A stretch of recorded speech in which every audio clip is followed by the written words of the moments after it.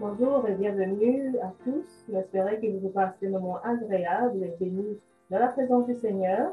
Pour faire suite, nous pouvons tous un cantique. Après, nous pouvons prier avec la sœur Danielle.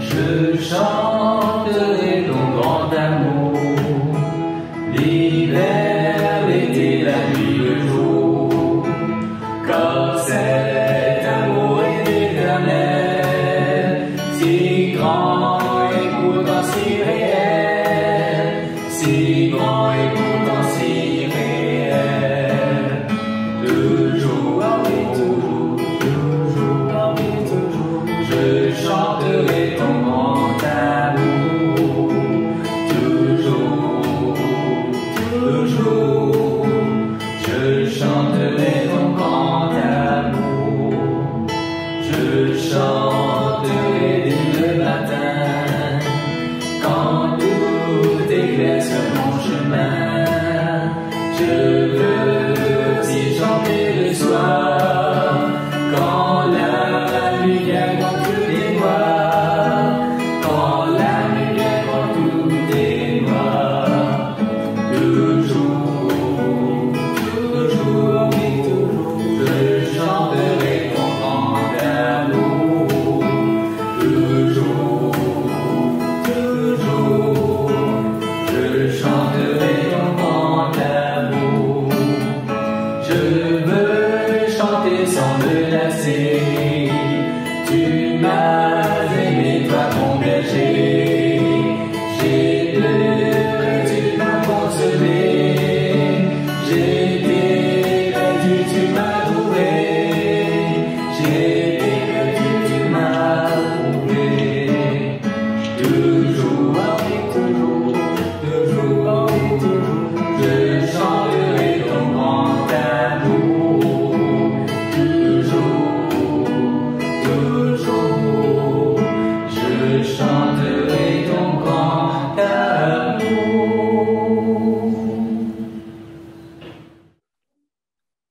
Éternel, notre Dieu, notre Père, notre Papa qui est dans le ciel, nous te remercions infiniment pour ce sabbat que tu nous donnes. Nous te remercions de ce que tu es avec nous et nous te disons merci pour la semaine que nous avons passée avec toi, semaine de bénédiction. Nous n'avons rien à te reprocher si ce n'est que de te dire merci Seigneur pour tout ce que tu as fait pour nous, pour chacun de nous dans notre vie. Et ce matin, nous sommes heureux de pouvoir nous retrouver sur ce plateau pour partager ton message, pour partager l'étude de l'école du sabbat. Que tu sois avec chacun de nous, Sarah, Dohan et moi-même, afin que nous puissions, Seigneur, être guidés par toi, par ton Esprit Saint. Donne-nous de l'intelligence, la sagesse, afin que nous puissions être guidés par toi et surtout, Seigneur, que tu sois avec nous et donne-nous l'assistance de tes saints anges. Merci, Jésus, de bénir ton école du sabbat partout et aussi que tu bénisses chaque membre de ton Église, ton peuple, à Maurice aussi bien qu'ailleurs. Reste avec nous, garde-nous dans ta paix, nous t'en prions au nom de Jésus. Amen. Amen. Amen. Nous remercions la sœur Danielle pour la prière. Encore une fois, mon Seigneur à étendre mes souhaits de bienvenue à vous, chers amis internautes qui regardent nous sur YouTube ou Facebook. Merci de rester connectés avec nous chaque sabbat, à chaque étude de la Bible. Et mon Seigneur aussi à souhaiter la bienvenue à nos deux panélistes qui sont ensemble avec nous aujourd'hui, en ce sabbat matin.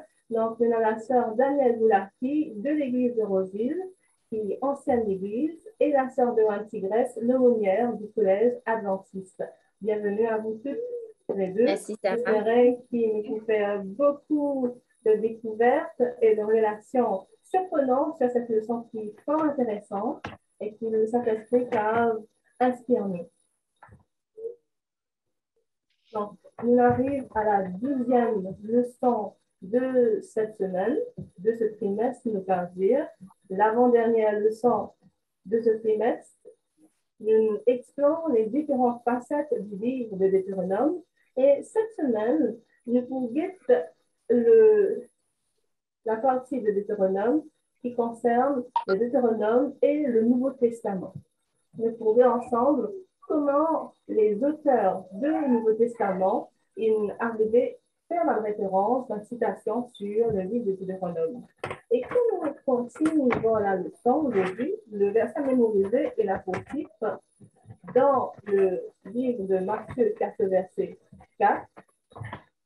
Disons-nous, l'être humain ne vivra pas de pain seulement, mais de toute parole qui sortira de la bouche de Dieu. L'être humain ne vivra pas de pain seulement, mais de toute parole qui sortira de la bouche de Dieu. Et quand nous lisons les livres de l'Ancien Testament, du début jusqu'à la fin, nous trouvons plusieurs citations, plusieurs références dans le Nouveau Testament. Mais là, parmi les livres référents, les livres de Deutéronome, le livre des Psaumes, ainsi bien que les livres d'Ésaïe. Mais aujourd'hui, nous pouvons ensemble les auteurs qui nous font référence particulièrement au livre de Deutéronome. Nous avons par exemple Jésus qui fait référence au Deutéronome dans un certain passage, et nous trouvons aussi Paul qui fait la référence dans ses épîtres.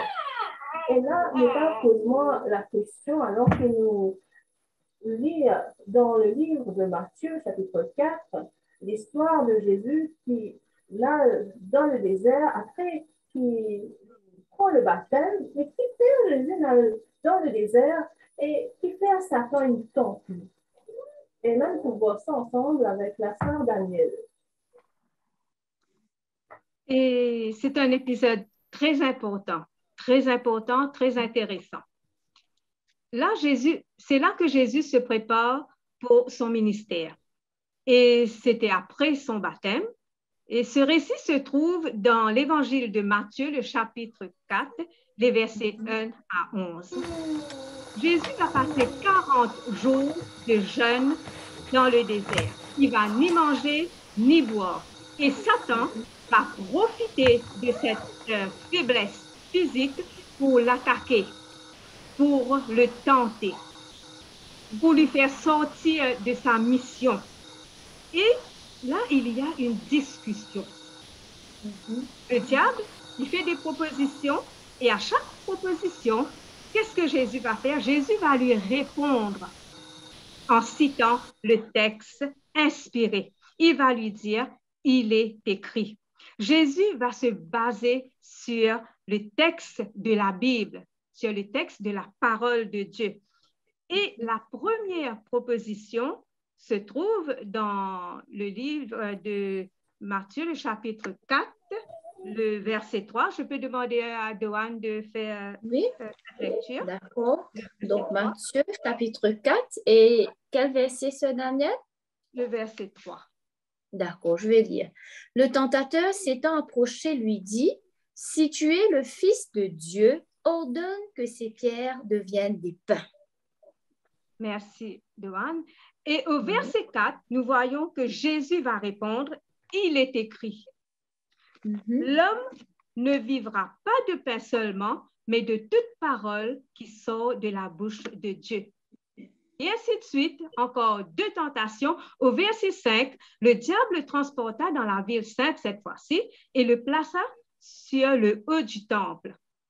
Et au verset 6, il lui dit, « Si tu es le Fils de Dieu, jette-toi en bas, car il est écrit, il ordonnera des ordres à ses anges à ton sujet, et ils te porteront sur les mains de peur que ton pied ne heurte contre une pierre. » Au verset 7, Jésus va répondre, va lui dire, il est aussi écrit, tu ne tenteras point le Seigneur ton Dieu.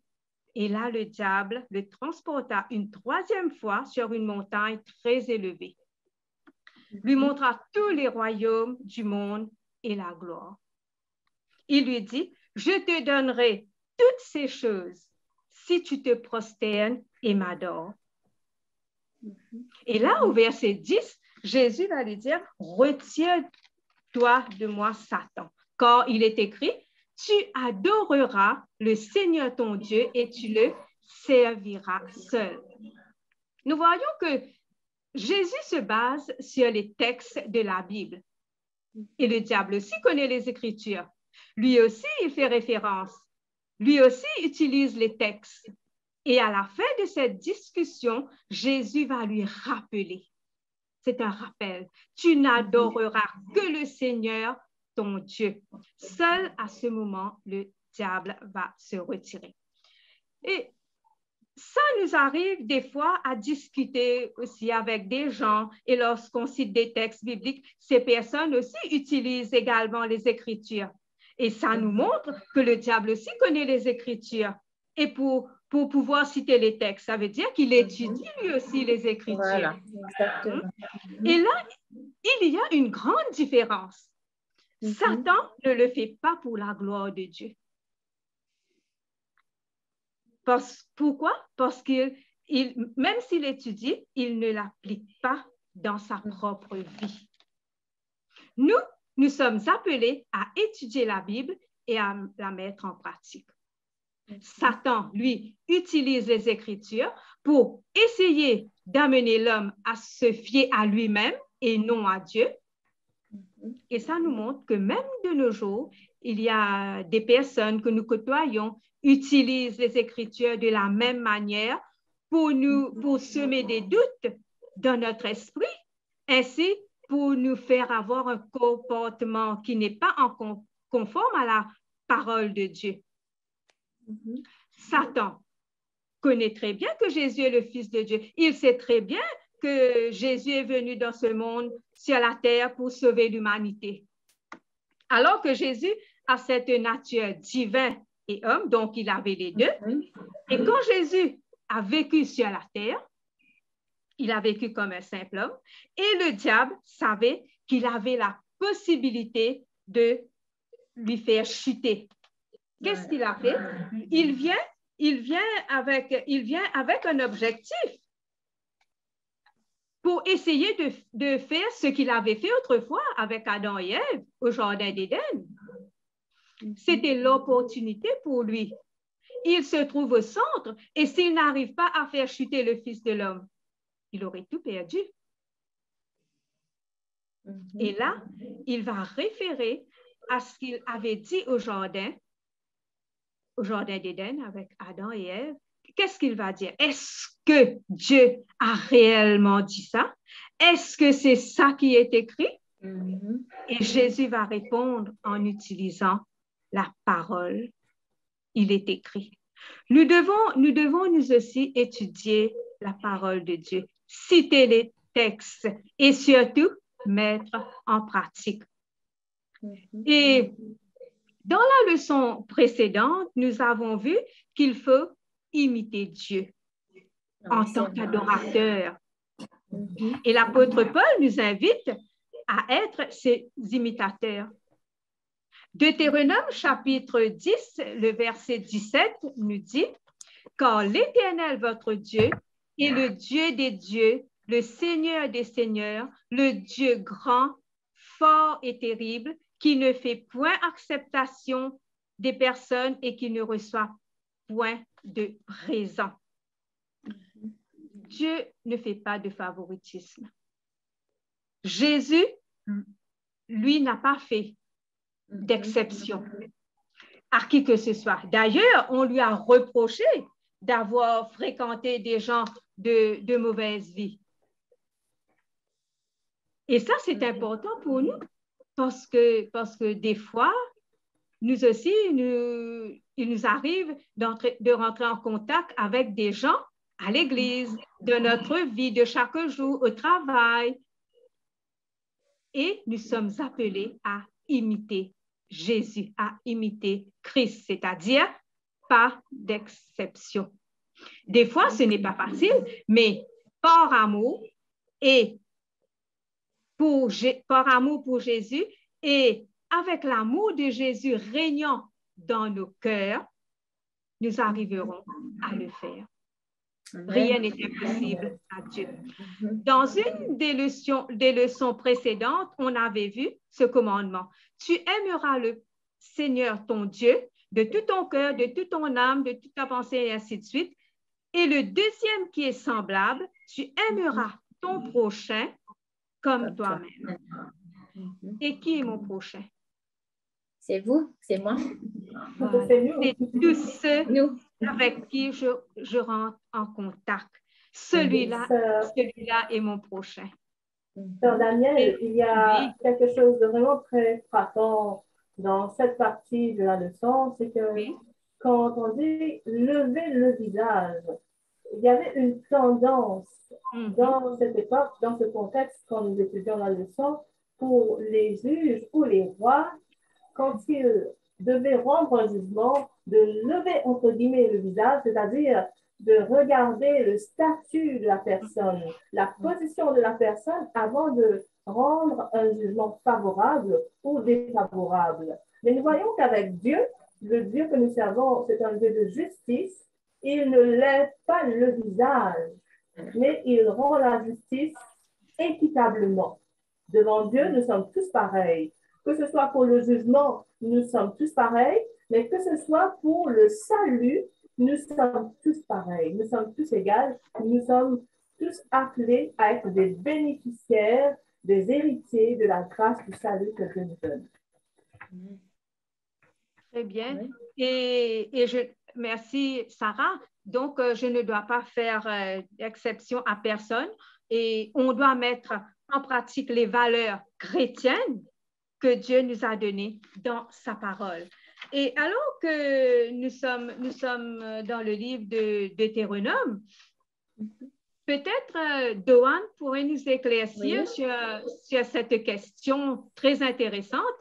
Comment le Nouveau Testament utilise-t-il le livre de Deutéronome pour expliquer la loi et la grâce? OK. Donc, c'est une très bonne question, d'accord? Et moi, pour essayer de répondre à cette question, pour dire que, premièrement, le livre de Deutéronome, comment nous peut écrire pendant ce trimestre, c'est un livre qui est le plus cité, d'accord, plus mentionné dans le Nouveau Testament. Et aussi, dans ce livre, le livre de Deutéronome, il apporte, je dirais, un fondement théologique par rapport à notre vie chrétienne. Et là, la leçon, pour répondre à Daniel, la leçon utilise Galates, le chapitre 3. Et je crois bien que nos amis internautes qui sont avec nous ce sabbat matin, je crois bien qu'ils ont une ligne, parce que mon papa lire tous ces versets, c'est Galates 3, nous pouvons le verset 1 à 14, dont la leçon fait référence, mais je vous prends que un verset dedans. Et là, je vous demande, Daniel, même lire ce verset pour nous, Galates 3, le verset 10, pour me capable de répondre à la question que Daniel pose moi. Alors, Galates 3, verset 10, Daniel. Qu'est-ce que la Bible dit? Car tous ceux qui s'attachent aux œuvres de la loi sont sous la malédiction. Car il est écrit, maudit et quiconque n'observe pas tout ce qui est écrit dans le livre de la loi et ne le met pas en pratique. Amen. Merci pour la lecture. Donc, je suis capable de dire que si nous regardons les commentaires, que ce verset que la sœur Danielle est capable de dire c'est un verset clé, d'accord, de Galates, le chapitre 3. Et malheureusement, bien souvent, à l'époque, ou même nous capable de dire de nos jours, il y a une malcompréhension surtout de ce verset 3, de ce verset 10, d'accord? Et côté même beaucoup de personnes essayent de prendre Galates 3 pour justifier un petit peu tout ce qui concerne la loi. Et comme on dit, la loi ici, c'est surtout les 10 commandements. Mais ici, l'apôtre Paul veut faire nous comprendre que nous ne sommes pas sauvés. Et je crois que Daniel et Sarah sont entièrement d'accord avec moi, qui nous pas sauvés par les œuvres de la loi, n'est-ce pas? Ce n'est pas l'obéissance, ce n'est pas notre attachement à la loi, d'accord, qui nous sauve nous. Mon papa dit aussi par là qui nous pas besoin d'observer la loi. Loin de là. Mais la leçon fait nous comprendre, et si nous lisons Galates 3, et les références que Paul y prend avec le Deutéronome, nous trouvons que c'est par la naissance, c'est par la vie, par la mort et la résurrection de Jésus que nous sommes sauvés. L'apôtre Paul aussi, d'accord, il défend à la fois la loi et la grâce, et surtout quand l'apôtre Paul il parle de la malédiction de Deutéronome contre ceux qui observent la loi, d'accord? Donc, ce n'est pas la loi en soi qui peut sauve nous. Mais aussi, nous trouvons intéressant que l'apôtre Paul, il peut aussi dire que le juste vivra par elle. Et le elle, là, il peut faire référence à, encore une fois, Deutéronome 4, le verset 1er, parce que, pas oublier, la question, c'était comment est-ce que le Nouveau Testament il utilise Deutéronome pour expliquer la loi et la grâce, d'accord? Et là, donc, quand Moïse peut faire référence à Deutéronome 4, le verset 1er, quand il cause, OK, ces lois que Dieu a données à Moïse. Mais j'ai envie aussi de vous dire que nous enlève en nous cette mauvaise compréhension que nous sommes sauvés par la loi. C'est bien, c'est sûr, hein, une fois qu'on est croyant, quand bon Dieu il habite dans notre cœur, c'est sûr qu'il nous peut ce désir de faire le bien, nous peut ce désir, n'est-ce pas, d'observer la loi. Mais n'oublions pas, chers frères et sœurs, que nous sommes sauvés, comment je connais d'ailleurs, que nous sommes sauvés par Jésus qui est mort pour nous. Et là, dans ce verset, hein, et toujours dans Galates, le chapitre 3, le verset 11, à la fin, l'apôtre Paul peut dire comme ça, le juste vivra par la foi. Le juste vivra par la foi. Cela veut dire que cette vie de fidélité qui nous est là emmènera notre foi en Christ. Hein. C'est cette vie de fidélité qui pour permettre nous observer la loi d'une façon volontaire, d'une façon capable de dire avec beaucoup de joie. Sœur Daniel, est-ce qu'il pour vous, par exemple, observer la loi, c'est un fardeau? Ou Sarah, qui se pensait? Est-ce que c'est un fardeau, une joie qui nous est là? Non. Si nous vivons comme des personnes qui sont sauvées par la grâce, qui sont sauvées par le sang de l'agneau, nous pas pour vivre cela comme un fardeau. Au contraire, les œuvres, les résultats évidents de notre salut. Ne pas sauver par les œuvres, mais comme nous sauver, nous gagnons la grâce, c'est à travers le salut qui nous gagne, qui nous démontre dans mon obéissance, qui nous fait vivre dans le projet de salut que le Seigneur nous offre. Merci Sarah et Daniel, est-ce que pour vous, dire la loi, c'est un sac lourd que vous pouvez porter les deux pour capable observer? Non, c'est comment pas est-ce que vous vivez là? Oui. C'est pas du tout. Observer la loi, c'est pas un fardeau. Au contraire, c'est un plaisir parce que Dieu nous a donné des préceptes avec des conditions que c'est une bénédiction. C'est une bénédiction parce que Dieu nous met tout à notre disposition pour notre bien et dans notre intérêt. Oui, merci Sarah et Daniel. Pour ajouter Joanne, je me trouve ça côté relationnel dans le livre de Deutéronome. Pour moi, avant, comme on était plus jeune, comme on lit le livre de Deutéronome, on trouve les lois plutôt. Hein? Ça fait, si nous avons dire ennuyeux. Ça, quand nous jeune, ça. Hein? Mais quand nous lisons, après, quand nous et dans la maturité, nous cheminons avec bon Dieu, nous entrons dans une relation avec le Seigneur, je trouvais que le livre de Deutéronome, c'est un livre qui est extraordinairement rempli des guidelines, mais aussi qui montre nous quel genre de relation nous avons avec le Seigneur. Si nous pas trouvons les voies et aussi les préceptes qui de nous comme des fardeaux, c'est par rapport à nos relations qui nous avec lui, par rapport à la connexion qui nous a lui aussi. Si nous pas connectés avec bon Dieu, si nous pas rattachés avec bon Dieu, comment Jésus est rattaché à Dieu. Ce qui fait la force de Jésus, c'est cette dépendance avec le Seigneur, cette dépendance avec Dieu. Il était le Fils de Dieu, mais il était dépendant de Dieu. Il a une relation avec sa bon Dieu, il fait marche avec bon Dieu. Et nous aussi, nous pas marche avec Dieu, comme Jésus marche avec bon Dieu, pour nous trouver une force, pour nous trouver la puissance de Dieu à agir dans la vie, pour résister et aussi pour suivre le chemin qui vient tracer. Amen. Merci Sarah. Hein. La loi aussi, comme on nous connaît, c'est une lettre d'amour qui nous observait avec beaucoup d'amour, beaucoup de joie. Et on ne peut pas se fier uniquement aux œuvres de la loi, parce que c'est seul Jésus qui est capable d'observer toute la loi, je dis bien toute la loi, sans se faillir. Ok? Personne ne peut être sauvé en respectant la loi, mais c'est en acceptant le sacrifice de Jésus. D'accord, c'est Jésus qui est mort, qui revient très bientôt, et cela pour permettre nous d'observer cette loi avec beaucoup d'amour, d'enthousiasme à faire le bien. Et là, Sarah, donc moi, j'ai envie de poser-toi une question que toi, en tant que femme chrétienne, hein, comment est-ce qui te fait preuve de fidélité dans ta vie de tous les jours?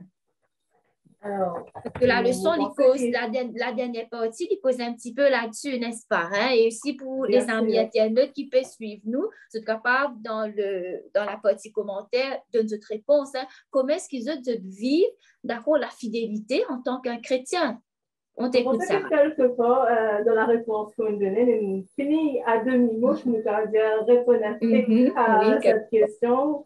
Quand on parle de fidélité, nous parle de notre engagement, notre cheminement avec bon Dieu. Et là, Paul, quand on regarde les versets qu'il faut utiliser dans la Bible, quand on publie, nous trouvons qu'il faut exhorte dans Hébreu, aux Hébreux, de suivre Dieu, d'avoir une relation d'amour avec ce Dieu.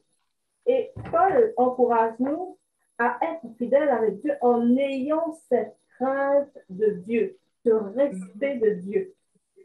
Souvent, quand on parle de la crainte, nous parle de la peur, hein? Nous parle de la peur, nous parle de la frayeur, l'épouvante.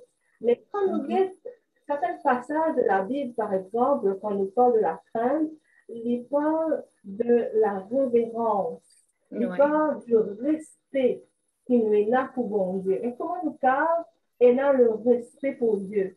C'est quand nous connaissons Dieu, c'est quand nous avons une relation avec bon Dieu, c'est quand nous avons une relation d'amour avec ce Dieu-là. Et mon point de vue de Johan lit dans ce passage de Deutéronome 17, le verset 6.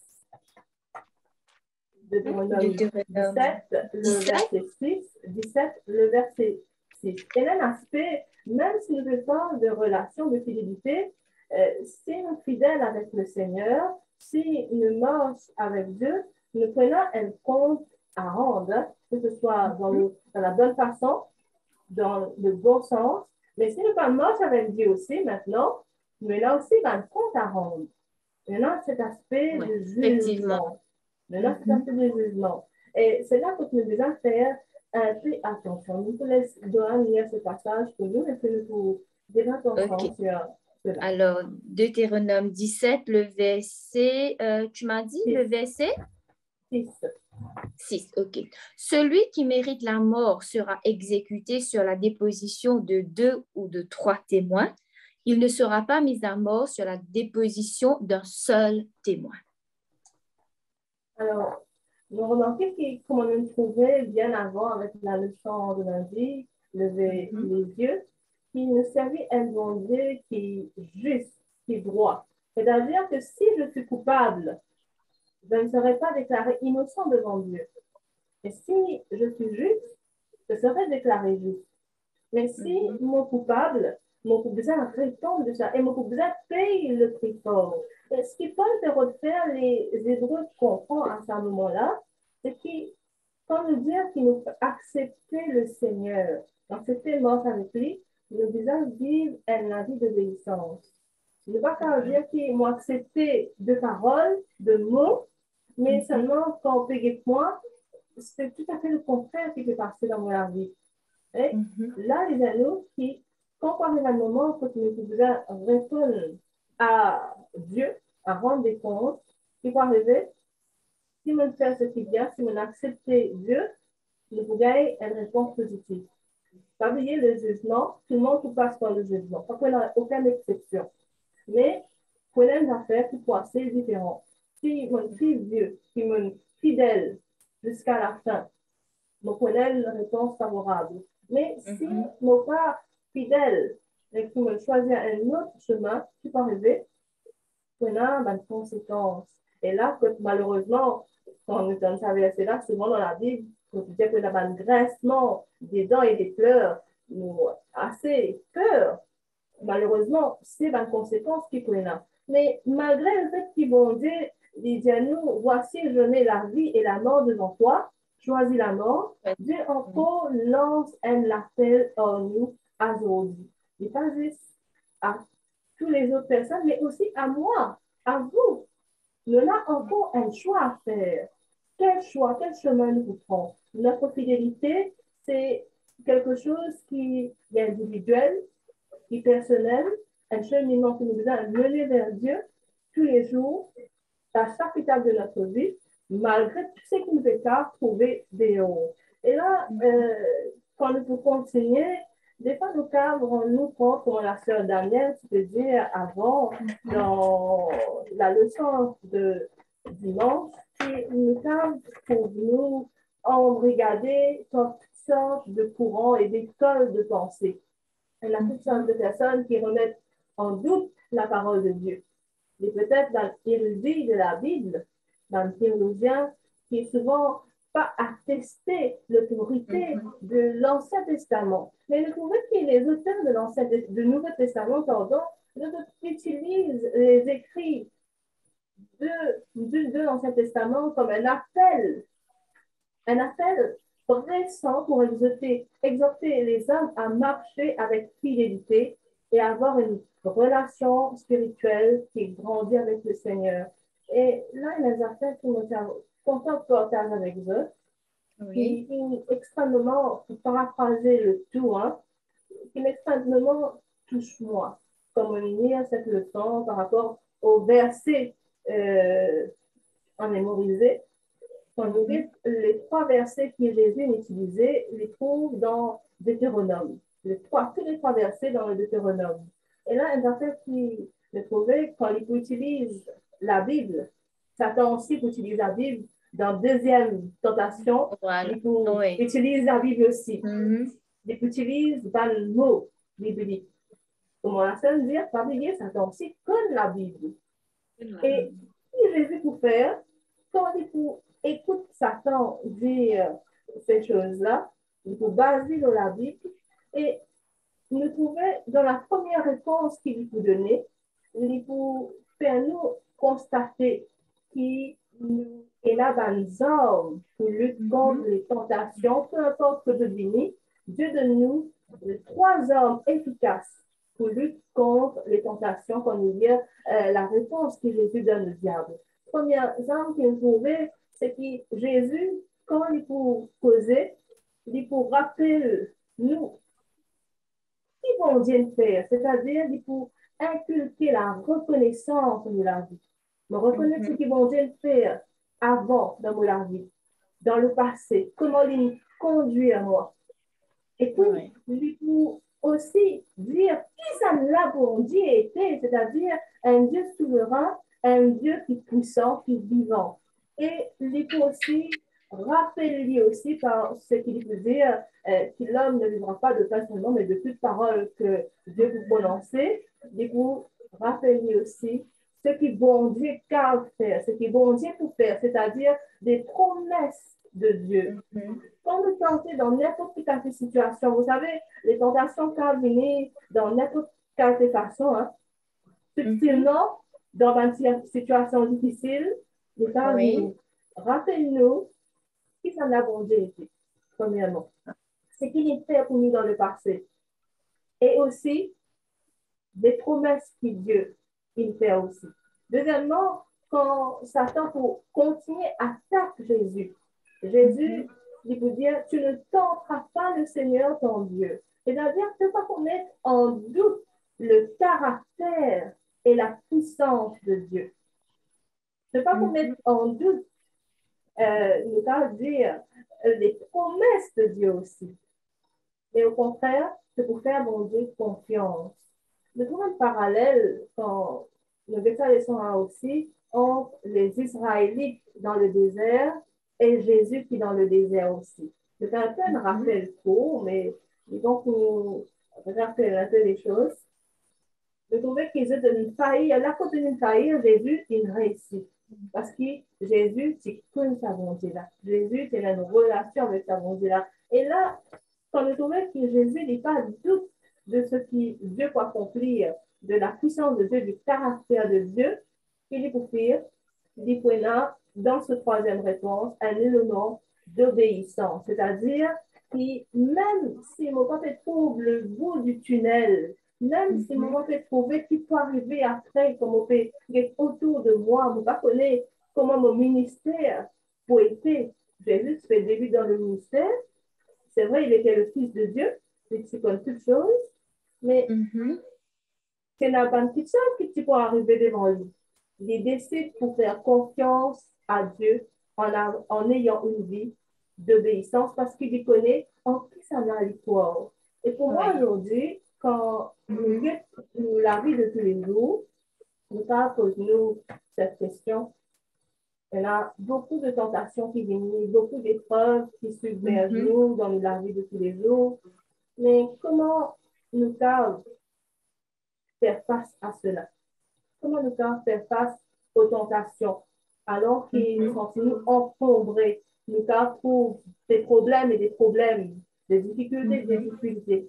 À nous fixer nos regards sur ce que Jésus fait. Jésus pas nous débattre pendant des longs moments, il pas nous faire à trouver des arguments de taille, il basé sur la parole de Dieu. Et la fait qui nous a trouvé, c'est que Jésus connaît qui même si Dieu t'a tardé pour, en guillemets, nous dire tardé pour agir, il faut agir de autant voulu et il faut accomplir ses paroles. Amen. Et là, par rapport à sa petite réflexion-là, peut-être le temps partage quelque chose avec nous, Johan, un verset qui parle effectivement, rappelle-nous ce que Dieu a envie de faire dans la vie.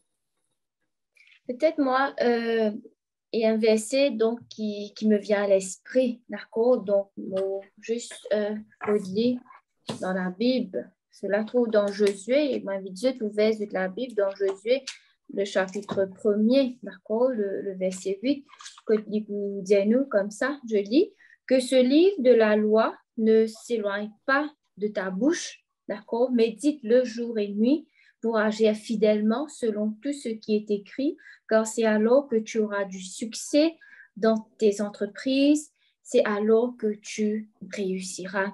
Donc, comme Sarah, elle nous a bien expliqué, nous aussi, nous avons cette démarche à faire pour rester, nous capable de dire connecté, d'accord, à ce Dieu, c'est qui nous capable d'y aller comme ça, une façon de parler, que de la parole de Dieu, il a besoin d'être inscrite dans notre cœur. Dans notre cœur, et ce qui peut sortir de nous la bouche, c'est ça même, ce qui peut sortir de nos pensées, c'est ça même, mais ce qui est priorité pour nous dans notre vie, dans notre cheminement, je dirais, avec notre Dieu, d'accord, c'est qu'il nous capable, laisse bon Dieu inscrire ce parole dans nos cœurs. Et là, moi, pour moi-même, monsieur, que nous prenons toujours ce goût de vivre, de faire ce qui est bien. Comme on nous dit au début, la loi n'est pas pour un fardeau, comme la sœur Danielle aussi nous dit à nous qui bon Dieu n'est pas pour faire aucun favoritisme. Et nous aussi, dans notre vie d'être humain, dans notre relation avec tout le monde, nous ne pas prendre cette pensée de faire du favoritisme si Dieu est là, est inscrit dans notre cœur. Et peut-être pour moi, Sarah, pour la conclusion qui m'en vient à mener, c'est que la Bible, comme on a guetté dans la leçon d'aujourd'hui et dans les leçons précédentes, que la Bible est son propre interprète. Okay? Dans plusieurs passages dans le Nouveau Testament, on retrouve le Deutéronome. D'accord? Donc, c'est son propre interprète. Donc, c'est à nous, chrétiens, d'étudier la Bible. Et ça, c'est l'engagement qui me prend, nous besoin prend, c'est d'être des étudiants de la Bible, okay? Pas pour seulement d'étudier notre école du sabbat, mais des étudiants éternels, je dirais, de la Bible, jusqu'à ce que Jésus revienne.